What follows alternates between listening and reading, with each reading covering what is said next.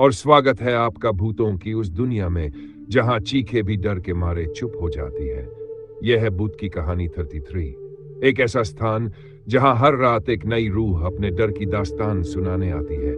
एक ऐसा अंधेरा जहां रोशनी जाने से डरती है, और एक ऐसी खामोशी जहां हर साया कुछ कहता है। तो अगर आप हिम्मती हैं और सच्चे डर से मिलने की चाह रखते हैं, तो दरवाजा बंद कर लीजिए, पर्दे गिरा दीजिए और अपने बिस्तर में इस तरह लिपट जाए जैसे कोई आपको छू न सके, क्योंकि अब आप प्रवेश कर चुके हैं उस जगह जहां से लौटकर कोई वैसा नहीं रहता जैसा पहले था। सांसें धीमी कर लो, दिल की धड़कनें थाम लो, क्योंकि अब शुरू होती है सच्ची, डरावनी, रूहानी कहानी।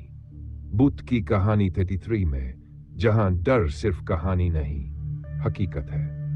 रात का समय था, आसमान पर गहरे बादल छाए हुए थे, हवा में अजीब सी ठंडक थी। मैं अपने ट्रक को हाईवे पर दौड़ाता हुआ चला जा रहा था। इंजन की घरघराहट और टायरों की घिसटती आवाज ही उस सुनसान रास्ते की साथी थी। घड़ी ने 12 बजने का इशारा कर दिया था। सड़क पर इक्का दुक्का गाड़ियां भी नजर नहीं आ रही थी।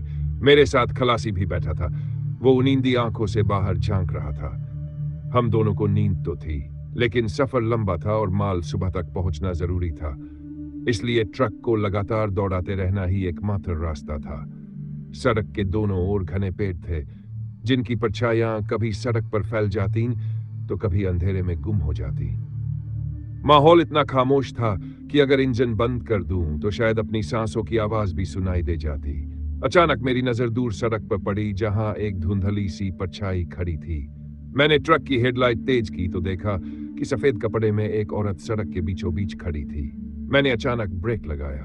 ट्रक चीखता हुआ रुका, दिल की धड़कन तेज हो गई। खलासी भी चौंक गया। उसने घबराकर पूछा, कौन है इतनी रात को?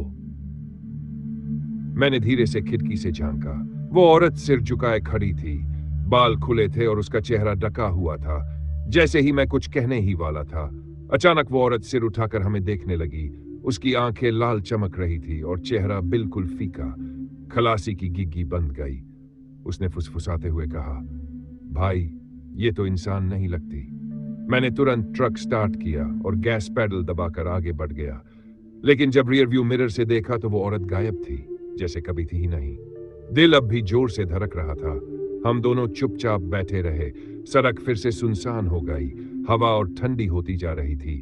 पेड़ की डालियां हिलकर अजीब सी कराहती आवाजें निकाल रही थी। ऐसा लगता था जैसे कोई हमारे सफर पर नजर रख रहा हो।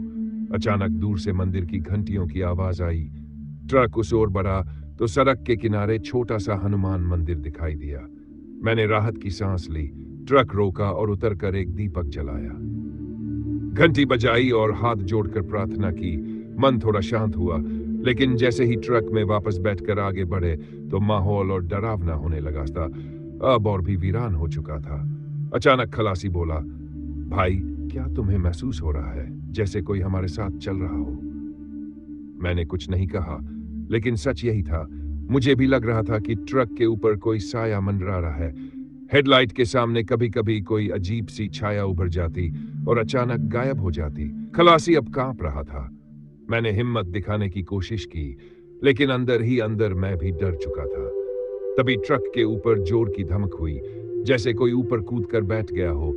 मैंने ब्रेक मारकर ट्रक रोका। उतरकर ऊपर देखा तो कुछ नहीं था, सिर्फ हवा की सिसकियां सुनाई दे रही थी। हम फिर ट्रक में बैठे और जैसे ही आगे बढ़े तो अचानक ट्रक की हेडलाइट अपने आप बुझ गई।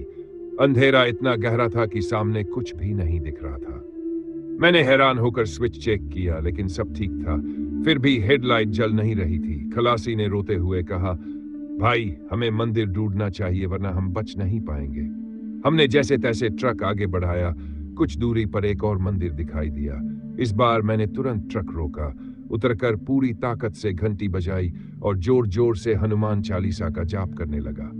तभी हेडलाइट अपने आप जल उठी और माहौल थोड़ा शांत हो गया। ऐसा लगा मानो किसी अदृश्य ताकत ने हमें थोड़ी देर की राहत दी हो। सफर आगे बढ़ा, लेकिन रात अभी बाकी थी। अचानक सड़क के बीचों बीच फिर वही औरत दिखाई दी। इस बार उसके साथ कई परछाइयां भी थीं। सब हाथ फैलाए ट्रक की ओर बढ़ रहे थे। मैंने इंजन जोर से गरजाया और पूरी ताकत से ट्रक को उनकी ओर दौड़ा दिया, लेकिन जैसे ही उनके पास पहुंचे सब हवा में गायब हो गए। ट्रक खाली सड़क पर दौड़ता रहा। पीछे मुड़कर देखा तो वो परछाइयां फिर दिखाई दी। वे अब हमारे पीछे दौड़ रही थी। उनकी चीखें कान फाड़ रही थी। मैं और खलासी दोनों जोर जोर से भगवान का नाम लेने लगे। लगभग आधे घंटे तक ये सिलसिला चलता रहा। कभी वे आगे आकर रास्ता रोकते, कभी पीछे से ट्रक को खींचने की कोशिश करते, कभी छत पर कूद जाते तो कभी खिड़की पर थपथ पाते। हम दोनों की हालत खराब हो चुकी थी। तभी अचानक सामने एक विशाल मंदिर दिखाई दिया। ट्रक अपने आप रुक गया, जैसे किसी शक्ति ने ब्रेक दबा दिया हो। मैं और खलासी दौड़कर मंदिर भीतर घुसे। घंटी जोर जोर से बजाने लगे। पूरा मंदिर गूंज उठा और उसी पल बाहर से औरत की चीख सुनाई दी, मानो किसी ने उसे जला दिया हो। मैं कांपते हुए मंदिर की चौखट पर गिर पड़ा। खलासी भी वहीं बैठ गया। जब हिम्मत जुटाकर बाहर देखा तो सड़क खाली थी, चारों ओर शांति थी। ट्रक भी बिल्कुल सामान्य खड़ा था। हम दोनों ने राहत की सांस ली और तय किया कि चाहे जो हो, अब मंदिर के बिना आगे नहीं बढ़ेंगे। उसके बाद हर 10-20 किलोमीटर पर जहां भी मंदिर मिला, हमने घंटी बजाई, हाथ जोड़े और आगे बढ़े। और शायद उसी वजह से हम जिंदा रह पाए। उस रात का सफर मेरी जिंदगी का सबसे डरावना अनुभव था। आज भी जब हाईवे पर अकेला ट्रक लेकर जाता हूं तो मंदिर की घंटी बजाना नहीं भूलता, क्योंकि मुझे पता है उस सुनसान रास्ते पर अब भी कोई साया घूम रहा है जो कभी भी सामने आ सकता है और शायद अगली बार मंदिर तक पहुंचने का मौका न मिले।